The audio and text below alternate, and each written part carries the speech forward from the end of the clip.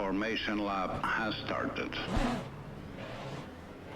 All right, guys, here we are for part 11 in Le Mans Ultimate at Sebring in a hypercar.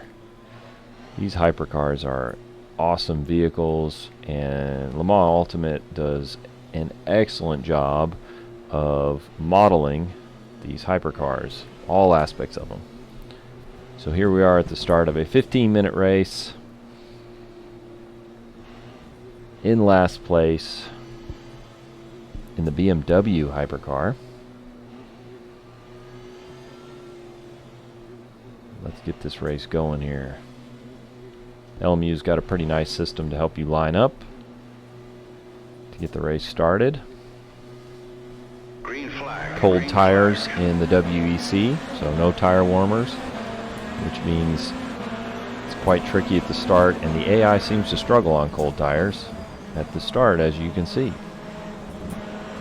I'll make up a few spots, 3 spots already, and I think I'll make up a few more here. Oh.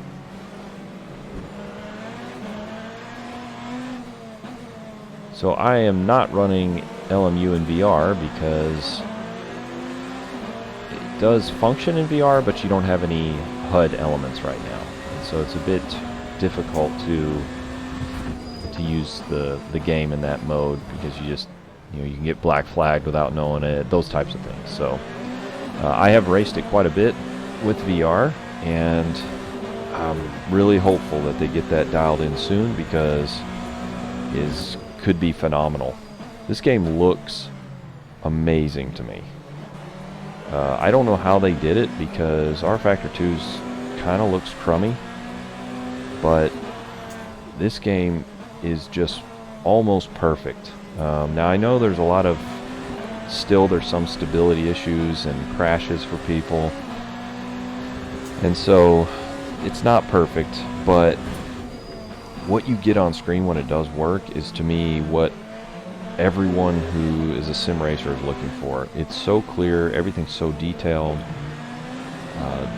there's no fluff, but everything looks high res, the lighting is good, time of day cycle is good.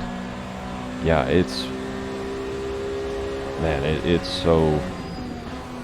so much better than rFactor 2 to me. It's kind of amazing. So I might be exaggerating that a little bit, but it really does. It's a big step up. And I hit the wall to start. I'm quite surprised it didn't damage the toe on the front end. I think I had damage reduced a little bit, but yeah, the graphics are great, and it runs well. Like frame rate wise, it runs well. Just some people have had crash issues and still have some bugs that are going on. So it's an early access game, right? So they can have bugs. It's like, can we please stop using early access?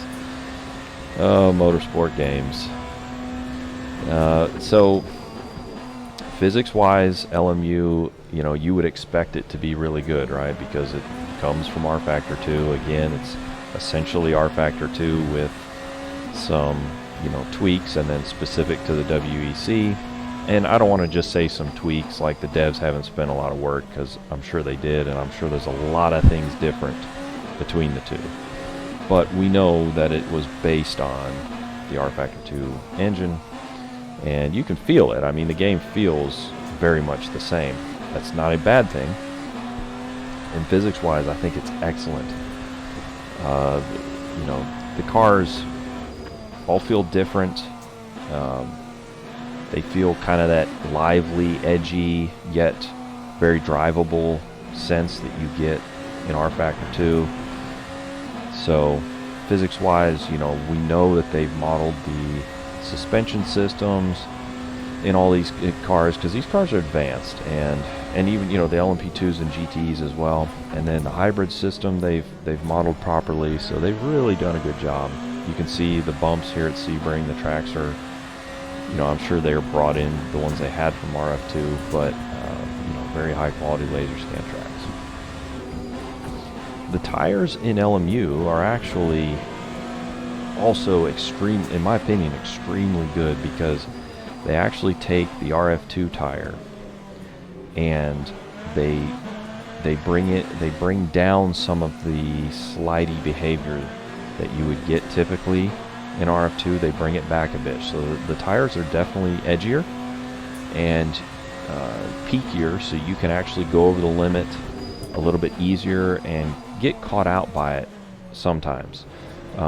It's not in necessarily a bad way, because you can still slide the cars, but they have brought it back a little bit from RF2, and I think they found a pretty good balance spot. I mean, I wouldn't mind if they were just a hair less peaky than they are personally, but very good. The one problem that LMU has, that rFactor 2 also had, and apparently the devs are aware and have seen feedback about it, and that's the force feedback. Somehow, the force feedback is worse in LMU than it even is in rFactor 2. And it's significantly worse than iRacing, than obviously Assetto Corsa. It's worse than Richard Burst Rally. It's worse than AMS2. It's worse than AMS1. It's really bad. So, you know, again, being based on RF2, it's a steering rack forces kind of force feedback system. So you get a lot of load from the suspension, and you feel all that. You feel the suspension moving, so you feel the car attached to the road. But here's what you don't get, and I know I've ranted about this for a long time now, over what, 11 videos. Again, you don't feel the tire, and I just don't understand devs' obsession with feeling suspension but not the tire, because we don't have any other connection physically to the car other than through the force feedback wheel. So you don't know what the tire's doing at the limit, and it catches you out in this game because the tires are peakier and edgier, and because these cars don't have ABS as well. That's part of it, because some of it's longitudinal and you just don't feel the tires locking like at all.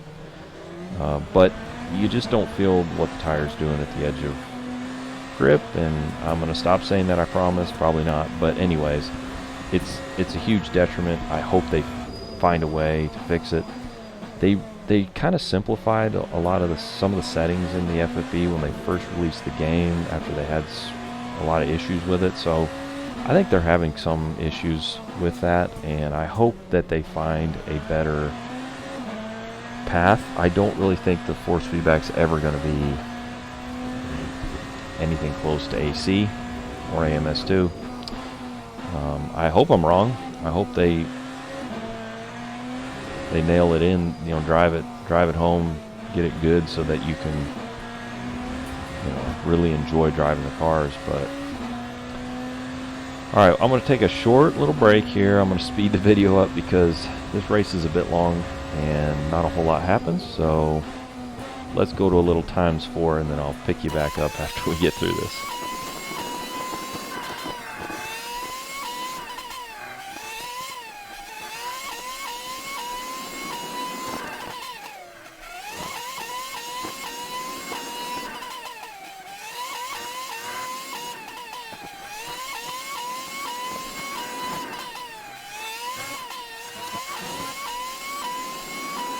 Yeah, so this race was 15 minutes plus after the timer ran out, so it was really more like 17. And what I wanted to talk about when we come out of this is the sounds of this game. And I think this is another area where LMU has really knocked it out of the park. One is just speaks to the detailed modeling that they've done. But you get a lot of different sounds. Ooh, the AI went nuts right there. You get a lot of different sounds. So you get, obviously the engine sounds are pristine to me. Very good. They're meaty. They sound full. They have a good range to them. You can feel where the RPM is based on the sound, so you kind of know when to shift without looking. But then also you get, obviously you get the tire scrub sounds, but you get some additional sounds. You know, the car bottoming out, you can kind of hear that. And then when the car reaches a point of losing grip, let's see if I can get it here. Yeah, you hear that. So you get that sound, which is honestly a nice addition, especially because the force feedback doesn't tell you when a certain part of the car is losing grip, so you can at least get an audio cue of it, and it's very good. The sounds are great. Content-wise in LMU right now, it's kind of a bit not disappointing. It's just a bit hollow, right? Because they don't even have all the WEC content yet, and they don't have. They've only got what four GT cars. They don't have the new GT3 cars. They don't have. Maybe they have all the hypercars now. They don't have all the tracks. So I mean, they're missing content, which is kind of strange. I mean, that's why they're calling it early access, I guess, is because all of the content isn't there. It's kind of strange for them to release the game that is focused to WEC and not put all of the WEC content in there. But, you know, again, I don't really know what to say about that other than this is the world we live in, right? With early access, and unfortunately, you know, Motorsport Games is, I don't think they're in the best spot financially, so they're trying to stay afloat, and I think their chosen path, because the IndyCar game failed and they lost the NASCAR license or sold it or whatever, is to try to make it with essentially a follow up to RF2, just call it a new game, make it a focused set of content, and try to make it really good. So I hope they can do that. I hope they fulfill all the content that they need to have, and really I hope they go beyond the WEC a bit and add some additional tracks and you know, maybe even cars at some point. Yeah, even if it's like a you know, some sort of lower challenge series that's a spec series or something like that, I think it would help, you know, kind of fill out the game. Well, the AI is good. I think it's on par with RF2, maybe even a hair better. You know, there is, right now it's just a single player weekend that you can do.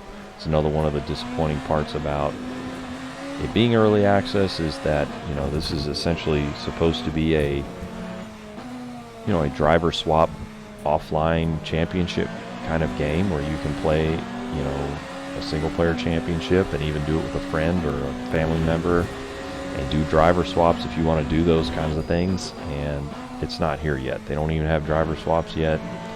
Again, a bit strange to release the game in a state without all that, but okay, they're trying to get some funding. So the potential's there, but right now it's just a race weekend, so not very much to it. But the AI is actually very raceful. You see them at least blocking. They did a pretty good job of blocking there. I think I did get passed once or twice by the AI. There's no rubber band effect like in AMS2, which is good, I'd say, but you know, it kind of suffers from all the typical things AI suffers from, that they don't really know how to defend certain things, and they don't really attack you back unless you just make a big mistake. But if you make a mistake in this game, they will come and get you. So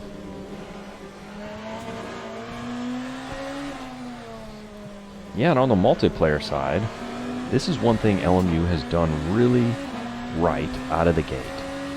And that is, they took the system from rFactor 2 that they implemented late in that game's life, just recently, and they brought it into LMU, and they actually made it better because they did a better system for tracking your rating than they did in RF2 with these weird symbols. They now just call it bronze, silver, gold, platinum, and it's just bronze 3, bronze 1, silver, you know, and you work your way up.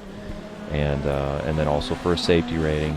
So it's really well done. They have ranked races that run pretty much every hour, and they cycle between typically the GT cars and the LMP2 cars. And then they have silver level races for, you got to have your safety rating up a bit to do hypercars and that. Now, my only gripe with that is that I don't really understand why they don't have the hypercars running in the bronze races a little more often, because the hypercars are the cool cars. They're actually no harder to drive than any other car in this game, And when you buy the game and you want to play hypercar content, you kind of have to jump through some hoops to get to it, and it just doesn't really make sense to me. You got to drive other cars to then be able to go drive the hypercar. So, well, look, we're already to the end of this, so we're going to move on and score LMU. We'll see you over there.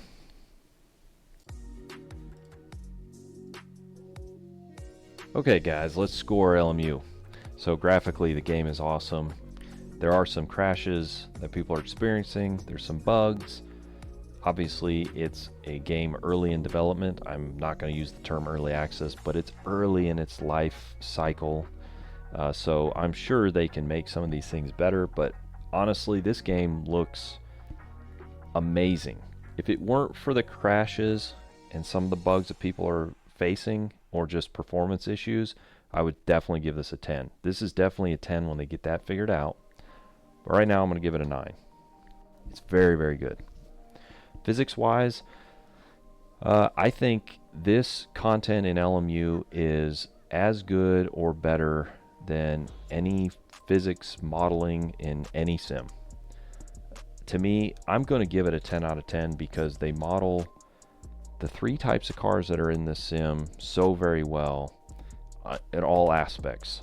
And you know, one of the main things being the hypercars electronic, you know, system, and they actually model it properly.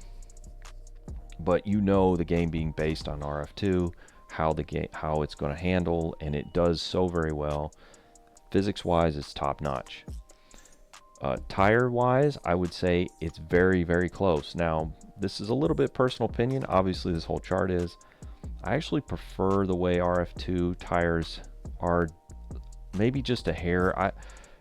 I like what they did with LMU and bringing them a little bit more to the peaky, edgy side, because RF2 were a little slidey, but I just kind of prefer RF2. So I think they're just kind of on the opposite side of optimum for my pendulum scale. So I'm going to give them a 9 out of 10.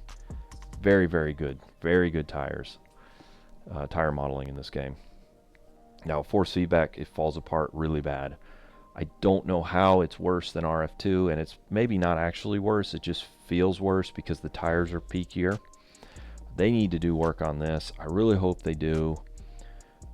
It's definitely drivable. All the suspension forces are there very clearly, and it will make the car, in a sense, feel very connected to the road until you actually start to lose that grip, in which case you don't feel any change really at all. It just feels like very little to no change when the tire is actually going over the edge of the slip curve, and I just don't like it. I just want them to incorporate some of that in there. I don't care if it's an added effect or whatever.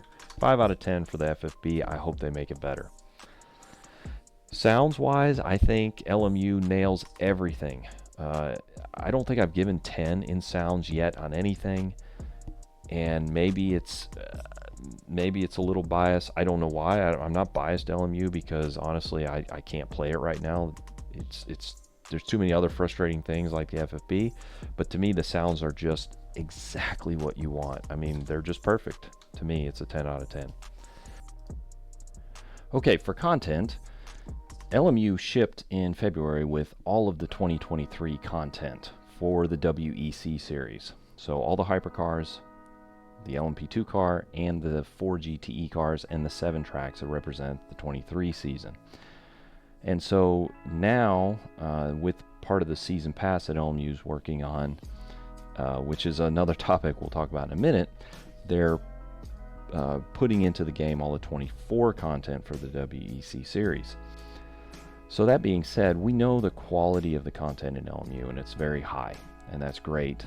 However, the actual quantity of content right now in the game is not that high. Now, we did get the first set of DLC for the season pass, which included 1 track and 2 hypercars. But you know, when you compare this to all the other sims we have available and all the content that is available for most of those sims, it certainly is lower. It is similar to ACC in that it's a very focused sim, and that's fine. I actually like that. So, but right now where the game is, I can't give this too high of a score on content because it's just lacking a lot of stuff. So the quality of the content is really good, what's there, but I'm going to give it a 6 out of 10 overall. Now moving on to the AI is very raceable. They're very competitive. They will actually attempt to make passes. They don't ram you off the road. They have some nice little adjustments you can make in the settings for them. Overall, they're very raceable. You can do a full race weekend with a full grid of multi-class cars. However, there is no driver swaps at this point. There's no championship mode. So again, there is some stuff coming, and this could actually flesh out to be a very nice single player sim if they can incorporate all that, and you can do driver swaps with your friends or maybe even someone local with you. That would be great. So that could be a lot of fun. But the AI is very raceable, and they're very good, very comparable to a lot of other sims that also have good AI. So I'm going to give it an 8 out of 10 overall, and I think this is one of those that could go up in the future. Now, multiplayer wise, LMU's in a good place. It has had a good start. The player base is not huge. It's somewhat smaller, but it's a little bit bigger than some of these other sims we've been discussing, and I think it has potential to attract a lot of players. One, because sim racers seem to love GT3 cars and even prototype cars, and because it has such a great ranking system in the game. So if they can get the content there and fix some of the issues, I think they really will have a full player base. Right now you can find ranked races all the time, so there's no issue with that. There may only be 2 splits or 3 splits. There might not be 8 splits, but that's pretty good. So I'm going to give the player base a 7 out of 10. And the ranking system is actually very good in LMU. They took what they put in rFactor 2 late and they made it better. They streamlined it. They made it more easier to read and more just quick to understand. They gave you a nice summary after you finish the race. They just separated the rankings by numbers and, bronze, silver, gold, platinum. So they simplified that. They didn't use some weird symbols, and they run ranked races pretty much on the hour all the time. And then they have higher safety rating races that you got to qualify for by getting your safety rating up. And this is great. It's perfect. This is what sims need to have in order to compete on a multiplayer level. So LMU's got it. I think the system works perfectly. It's a very attractive system. It makes you want to keep doing more races, and you can just go from one to the next. So to me, this is a 10. It's perfect. Obviously, there's always little things to improve on, but the system is there, and that's what makes me very excited about it. Now, the cost-wise, LMU's not expensive at $33 to get the early access. However, most of the negative reviews for LMU happen to come on July 24th if you go look at Steam, because that's when they dropped their first DLC and announced the season pass. And so I understand people being frustrated about that. I think we all, as sim racers, are okay with spending some money if it means good content, because we all want that, right? But certainly a game that has a lot of the early issues that LMU has, and some of them being very long-standing issues that have kind of crept over from rFactor 2, it is a bit disappointing that they just dropped this and add another $50 if you buy the season pass. So I think this game could be somewhat expensive, and certainly it didn't give people the greatest or didn't leave maybe the best taste in their mouth for this to drop, when there are so many other things that kind of need to be worked out. So with that, I mean, the price to get in the game is pretty cheap, but it seems like it's going to be a bit of a pricey sim to stay in if you want all the content. We'll see how much they actually develop, but I'm going to give it a 5 out of 10 for cost. And because right now, if you want to buy all the content, you're looking at pretty much the price of a modern day AAA game, maybe even just a hair more. So, but you don't have to buy it. So we're going to leave it at that. All right, so LMU comes in with a score of 79, which puts it up near the top. So being such an early game in development, this is exciting, and we'll have to see where it falls out in comparison to all the others. But that's LMU with a 79. This means we only have part 11 next, which will be the next video in the series for F124, and we'll drive that one and score it. And then we'll do a finale video to sum it all up and announce the winners. So anyway, I hope to see you in that next one. Until then, happy sim racing, and I will see y'all later.